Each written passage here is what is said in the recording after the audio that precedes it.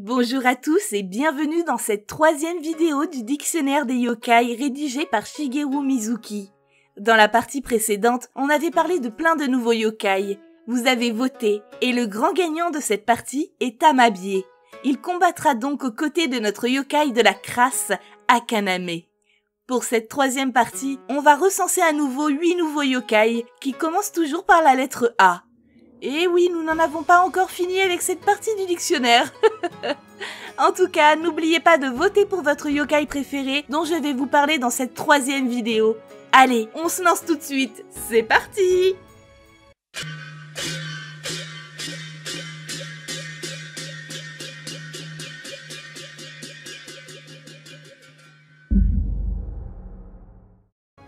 Amefuri Kozo, qui veut dire bonhomme tombe la pluie, est un gamin yokai qui aide Ushi, qui est le maître des pluies.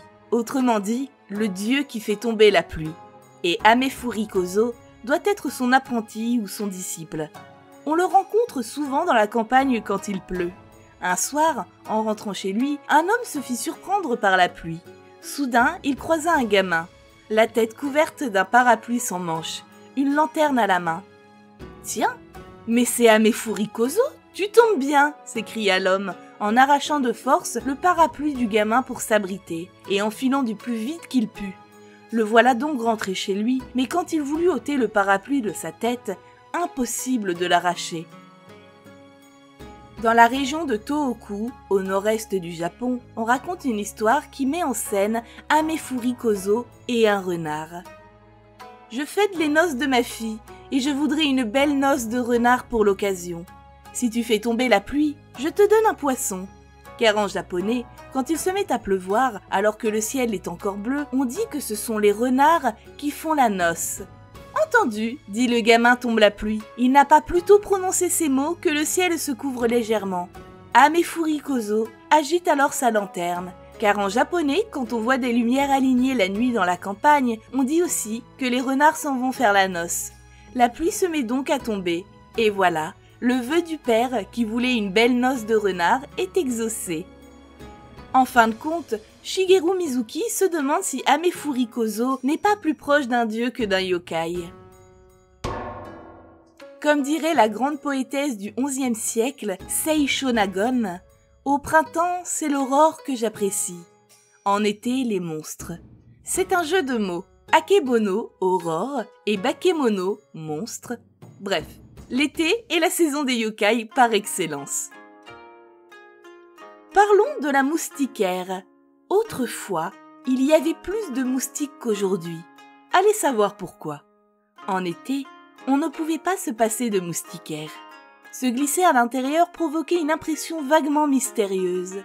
Il n'y a rien d'étonnant à ce qu'elle soit souvent présente comme accessoire dans divers récits surnaturels. La moustiquaire est aussi réputée pour protéger du dieu de la foudre. Il doit y avoir une explication, mais on ignore laquelle. Quoi qu'il en soit, le matin, au moment de plier la moustiquaire pour la ranger, on la retrouvait parfois comme tranchée par un coup de couteau ou de ciseau.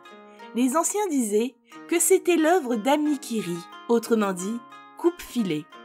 D'ailleurs, les filets de pêche et les cordes à linge n'échappaient pas non plus à ce genre de mésaventure. Plutôt que d'accuser quelqu'un de maladresse, on le mettait sur le compte d'Amikiri. Elle était souvent de couleur verte, et à l'intérieur, c'était toujours silencieux. On avait l'impression d'être au fond de la mer. Alors, quand vous trouviez une coupure large d'1 mètre par le haut, un sentiment étrange vous envahissait, et vous étiez tout prêt à croire que c'était Amikiri qui avait fait ça, sans que vous ne vous en aperceviez. Rien n'est plus étrange que de découvrir une moustiquaire effilée quand tout est calme et qu'il n'y a personne autour. C'est ce type de sentiment qui donnait vie au yokai Amikiri. Si vous rencontrez une fausse demoiselle de compagnie de l'ancien temps, en train de se maquiller les dents en noir et qui semble attendre quelqu'un dans une vieille demeure en ruine, c'est Aonyobo, la demoiselle d'honneur bleue. Autrefois, on appelait ainsi une demoiselle d'honneur jeune et inexpérimentée. Comme on dit Aota, rizière bleue, pour parler d'une rizière encore en herbe, petit à petit, ce nom a désigné une femme au visage très pâle et aux dents noircies qui ébouriffent ses cheveux décoiffés. D'après la légende, un jeune homme fut invité par Aonyobo dans une maison ruinée de la haute aristocratie. Saisi d'un doute, il examina le lieu et découvrit un squelette sous le plancher. Cette femme devait être une sorte d'ogresse. D'autre part, on appelle Aoandon, la lampe à huile bleue, un yokai féminin qui se tient debout derrière une lampe à huile sans faire de bruit. On imagine qu'Aonyobo est né dans ce genre d'ambiance. Il y a longtemps, un des amis de Shigeru Mizuki, auteur de Gekiga, manga réaliste, est venu lui rendre visite avec sa femme, patronne d'un bar. Entièrement vêtue de bleu et de noir, pâle de visage, avec du bleu sous les yeux, ses ongles étaient vernis en bleu pâle et au lieu d'un rouge à lèvres, elle utilisait une sorte d'huile. Il était épaté par son maquillage au style fantomatique. Il observait tous ses gestes, les trous de nez grands ouverts. Ses manières étaient naturellement spectrales. Avec sa façon de siroter du thé comme un chat, elle avait exactement l'apparence que devait avoir Aonyobo. Ce maître du noir sous les yeux est peut-être apprécié pour une star de cinéma. Mais si on exagère, on se transforme carrément en Aonyobo.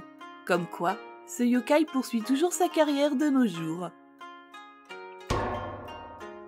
Ashiharai Yashiki, la maison de lave-pied, est l'un des 7 mystères de Tokyo. Une nuit, alors que tout le monde dort, un pied géant, couvert de boue, peut sortir du plafond. Il y a de quoi être surpris, bien sûr, mais ce n'est ni le moment de rester stupéfait, ni de paniquer, car le pire pourrait survenir.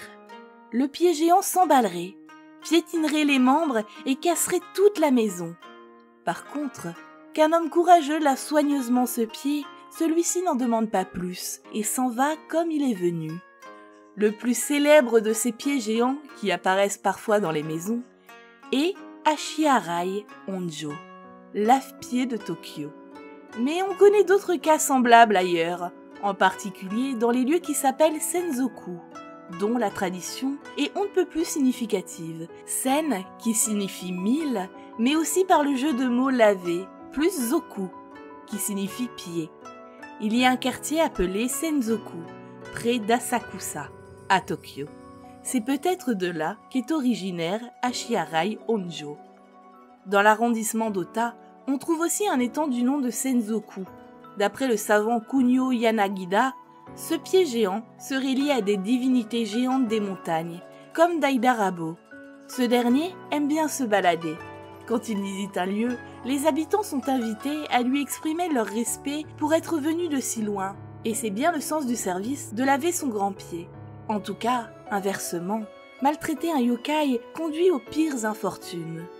Loin de Tokyo, dans un village du département de Nagano, on peut encore voir un puits à eau duquel le moine Saigyo se lava les pieds pendant son pèlerinage. Si on y jette un objet impur, le puits se tarit, et dans chaque foyer qui utilise cette eau, 2 personnes perdront la voix. Hashimagari, tord la jambe, est attesté dans la région de Takamatsu, dans le département de Kagawa. En courant dans un chemin la nuit, il arrive qu'on sente soudain sa jambe prise dans quelque chose de mou. Au contact, ça ressemble à du coton, et on ne peut plus faire un pas. Certains disent que c'est une mauvaise blague d'un blaireau, qui signifie tanuki en japonais. Il paraîtrait que certains ont senti une sorte de queue en l'attrapant avec la main. Il ferait ça pour tourmenter les passants sans se montrer sous sa véritable forme. Au lieu dit, Orie, dans la ville de Tadotsu, toujours dans le département de Kagawa, on raconte une histoire assez semblable. Autrefois, 2 cardeurs de coton habitaient l'endroit. Carder le coton, c'est battre le coton brut pour le rendre souple et facile à filer. Un jour, quelqu'un trouva du coton tombé sur le chemin. Il allait le ramasser, quand soudain, le coton se mit à bouger et s'envola dans le ciel. Évidemment, tout le monde expliqua le phénomène en le mettant sur le compte d'un blaireau farceur et l'appela Wataushi Tanuki, le blaireau cardeur. Laissez-moi vous raconter une autre histoire qui parle de coton.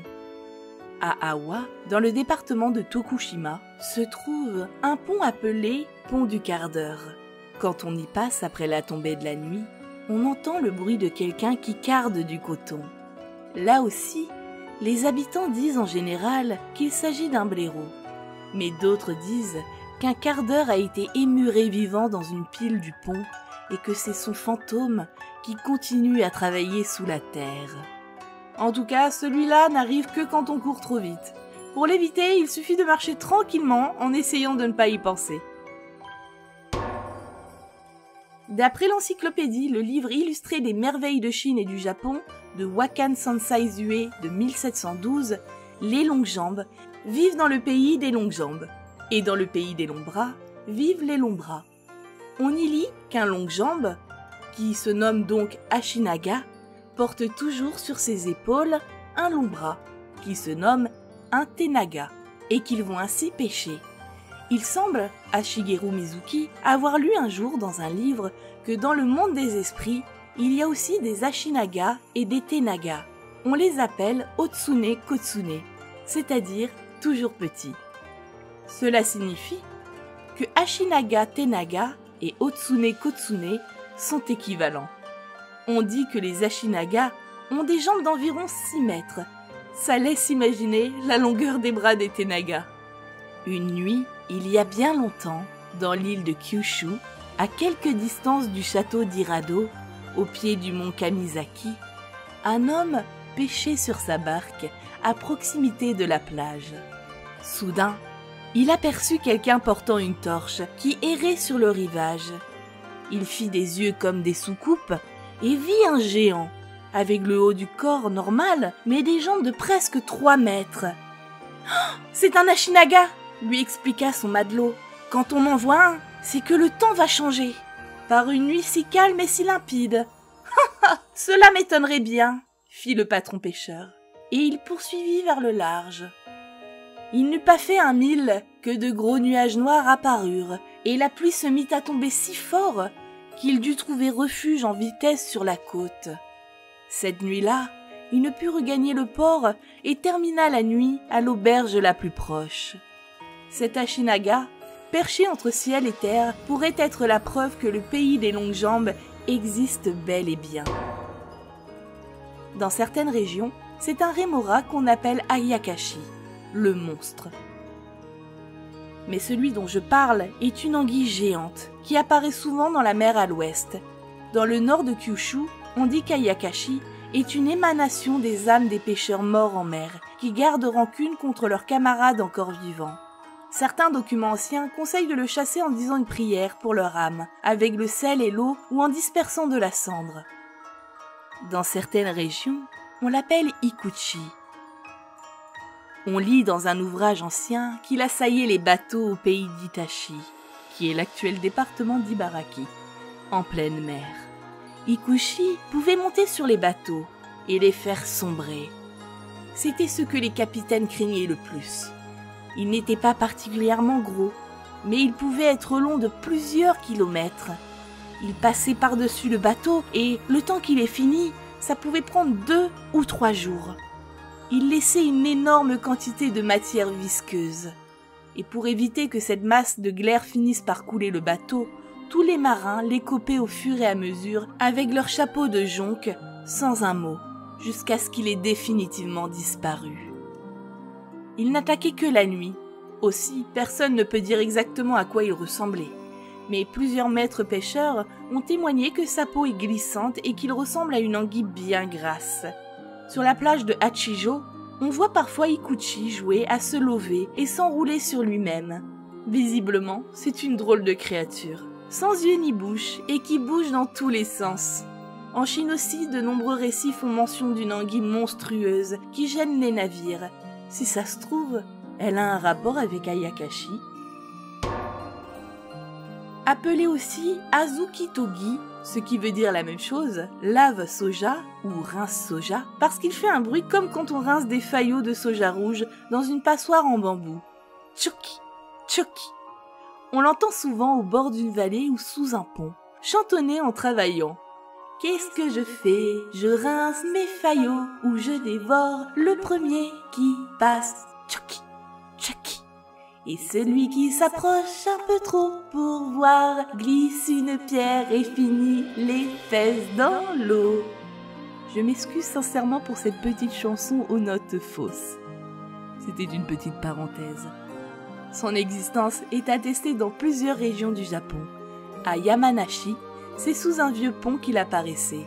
À l'aube, on entendait un bruit comme quelqu'un qui lave des faillots.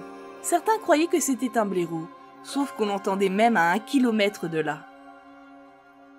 Dans le Tohoku, un jour, il fit son apparition lors des noces d'un paysan pauvre. C'était la famine. Le paysan n'avait même pas de quoi préparer du riz au soja rouge pour la cérémonie et se sentait misérable lorsqu'il entendit un bruit. Tchouki, tchouki. Quelques minutes plus tard, dans la cuisine, il y avait une montagne de riz au soja rouge. Toute la famille fut ravie et pensa que c'était un cadeau d'Azuki Arai. Dans certaines régions, c'est une grenouille qui se métamorphose en Azuki Arai et se manifeste le dernier soir de l'année. Ailleurs, on l'appelle Azuki Togi Basama, autrement dit, la vieille dame qui rince des sojas rouges, ou Kome Tojiba, c'est-à-dire vieille qui rince du riz. Mais sauf exception, c'est plutôt des haricots de soja rouge qu'il lave. Pourquoi du soja rouge? Un savant a fait remarquer que c'est un aliment spécial que l'on utilise surtout lors des cérémonies divines. Et voilà, c'est la fin de cette 3e partie du dictionnaire. J'espère que ça vous a plu. Et n'hésitez pas à me dire qui, parmi les yokai dont je vous ai parlé, est votre préféré. Comme d'habitude, si la vidéo vous a plu, n'hésitez pas à mettre un petit pouce bleu, à vous abonner et même à partager la vidéo. Je vous fais plein de bisous et je vous dis à bientôt dans une prochaine vidéo. Bye bye!